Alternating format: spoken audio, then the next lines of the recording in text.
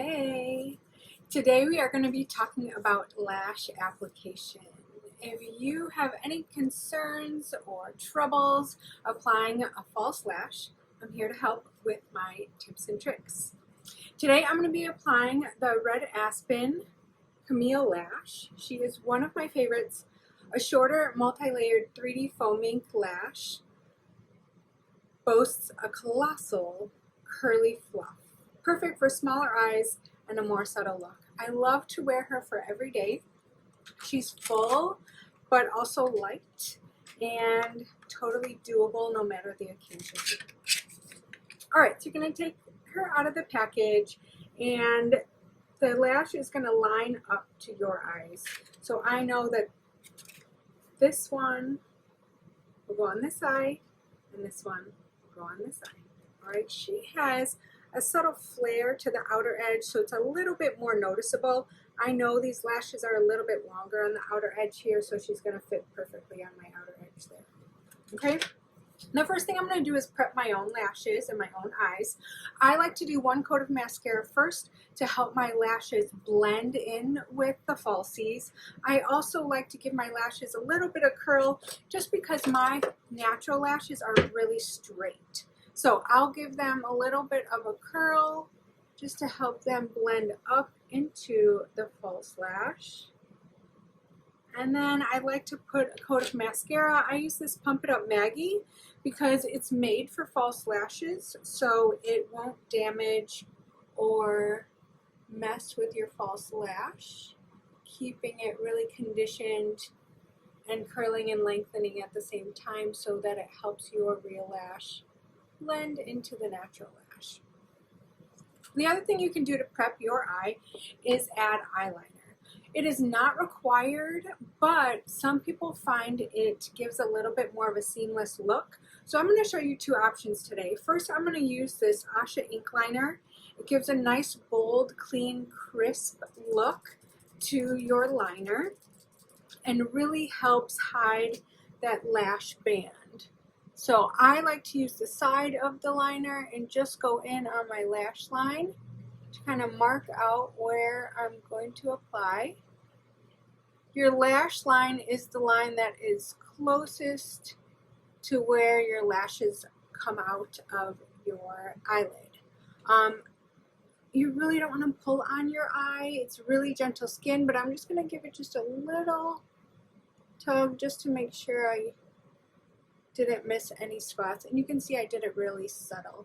You can increase this line, do a wing, do more dramatic, thicker, but I just like to do a nice subtle line to help blend the lashes. Another option, if you don't really like eyeliner but you like the line being blended, is I like to use a dark shadow. So I'm going to use this really dark color called Dream from my favorite Fulfilled palette, and just a really skinny brush. And I'm going to put a little bit of that shadow right on that lash line. You can also go underneath and underline your lashes just to give it a little soft definition to help blend that lash line when you apply the false lashes. Okay, so that's step one, prepping your eyes. Now I need to prep my lashes. All lashes come in a standard length, and you want to make sure they fit your eye specifically. So I'm going to take one lash off, and I'm just going to set it on my lash line there, matching it up to the inner corner where my eyelashes begin, laying it down, and seeing if I have any extra hangover. And these ones do seem pretty long on my eye, so I have quite a bit hanging over. You want to trim that off. Otherwise, it's going to poke you in the eye and it's going to lift really easily. With your Red Aspen lashes, if you order a starter kit, it comes with your set of lashes of your choice, an amazing applicator, which we'll talk about in a second, and your latex-free lash glue, but you also get a free gift.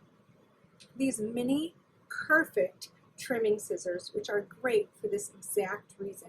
So I'm just going to trim a little bit off of the lash band that I see on the inner edge, and then focus on trimming the outside for getting the right length that I need. Once I trim it, I'm going to test it again making sure that I trimmed enough.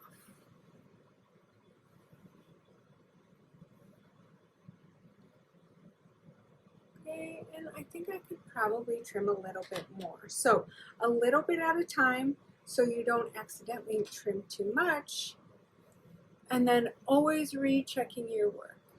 Okay, that should work now. Should be a good fit. So I'm going to set this one down and do the same thing on the other side.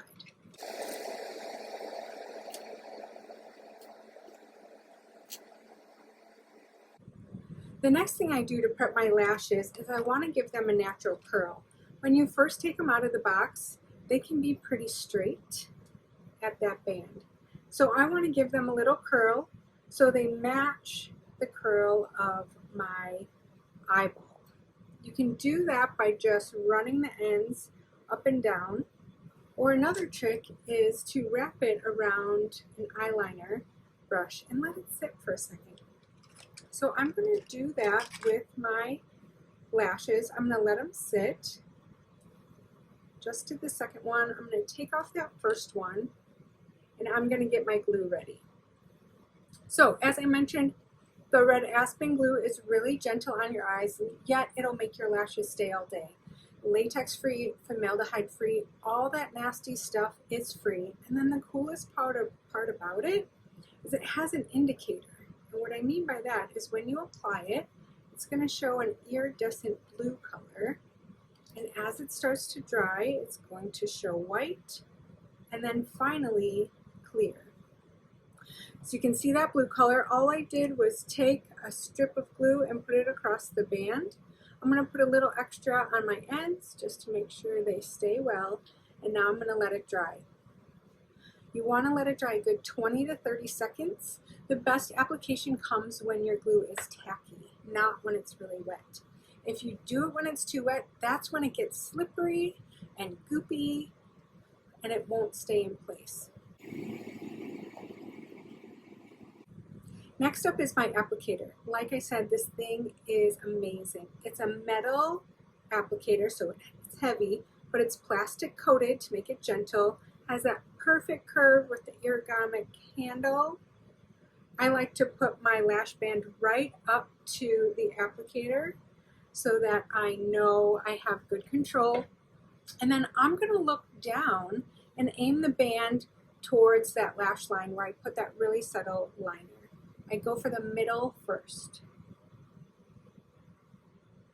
The middle first, once that's in place, I'm going to flip my applicator and use it more like tweezers and adjust those ends. So the outside to match my natural lash line and the inside to match my natural lash line. You should only have to make very little adjustments if the glue is tacky enough. Then my next step is I am going to blend my natural lashes into the false lashes by squeezing them together. You can also double check your work with your fingers now if you like. I always squeeze them together really nicely. If I am feeling uncomfortable about any of the band not looking smooth, then I'll go back in again with this shadow and add in any kind of accents to blend that band really subtly. All right, let's do the other side. This has been sitting on here for a while, so it should be nice and curved. I'm going to do the same thing and apply my glue in a nice strip across the band, putting a little bit extra on the edges, the two ends, just in case.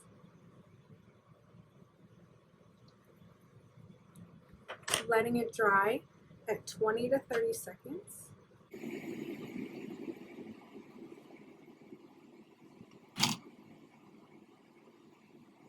Now aiming for the center while looking down on that lash line.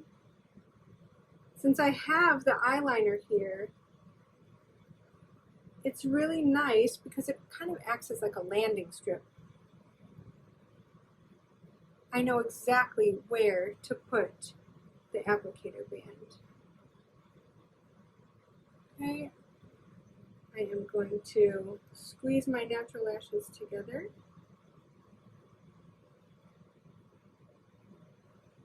Make any last adjustments with my finger.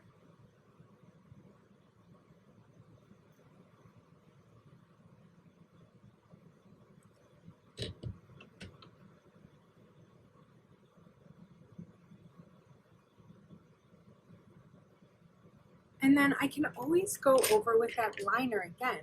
If I want to make a more dramatic line, if I want to clean up that line, I can just close my eye and re-go over and add a little bit so I have a more dramatic look. So I have the clean look that was really subtle with just a little shadow on the liner, and then a more dramatic look with the thick liquid liner. And your lashes are set. Now the more you wear them, that natural curve will hold its shape. That's the difference between a quality band and a not quality band. So they'll be a lot quicker and easier to put on the more you do it. Stay tuned for the next clip that will be removing your lashes and then also cleaning your lashes. Thanks, guys.